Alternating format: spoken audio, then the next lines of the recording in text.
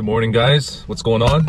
It's a Friday here in the Bay Area and just about to head into the office, and I wanted to give you guys my thoughts on potentially burning bridges with companies. Someone has asked this question: if they reject an offer or turn down an offer from a big tech company, and if they go to startup, will that potentially burn a bridge with those bigger companies?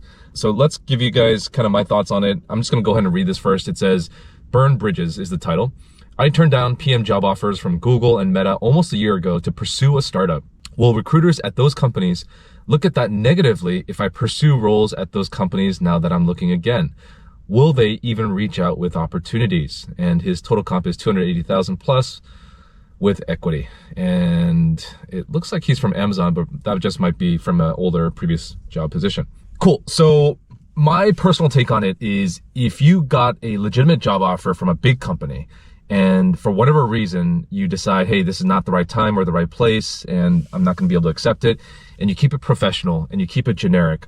You know, companies have short-term memories, and recruiters come and go, right? Now, they might, have your name in the profile and say that so-and-so turned down this job for this reason, and they might put some notes in there. But for the most part, the next recruiter that comes along, they'll look at your experience. They might come across your profile on LinkedIn and say, wow, you've done some great things in the past couple of years. Let's reach out to him and let's see if he's interested in coming to join our team. So I think recruiters and companies have short-term memory.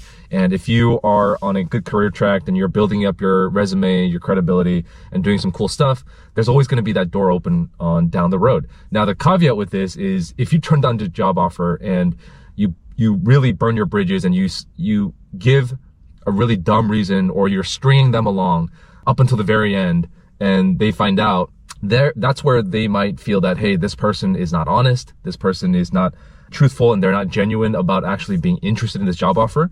Sometimes it can be a little bit hard to parse that out, but if you are, giving them those types of signals, they might, feel a certain way, and they might put that on your profile and say, so-and-so is probably not the best fit for our culture because of X, Y, and Z reason. But I think those chances are very, very low. And the people who fall into that bucket, I would say it's a very small percentage, but you really have to go above and beyond trying to burn your bridge to get into that position.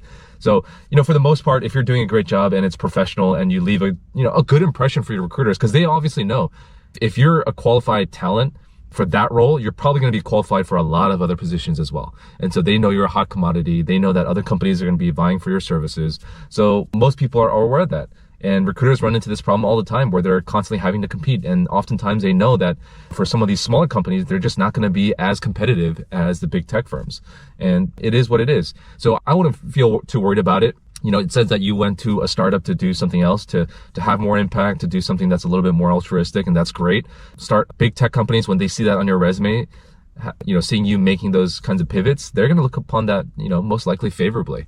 So I would not worry about it, man. Don't worry about burning your bridges from turning down job offers. If anything, it shows that you're kind of playing hard to get.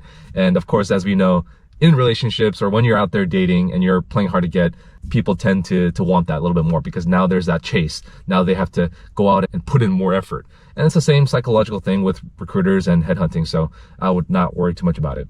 Anyways, guys, let me know in the comments down below. Do you agree with this advice? What would you tell this OP? Do you think that they should have approached this a little bit differently? Like this video, and we'll catch you guys in the next one. Peace.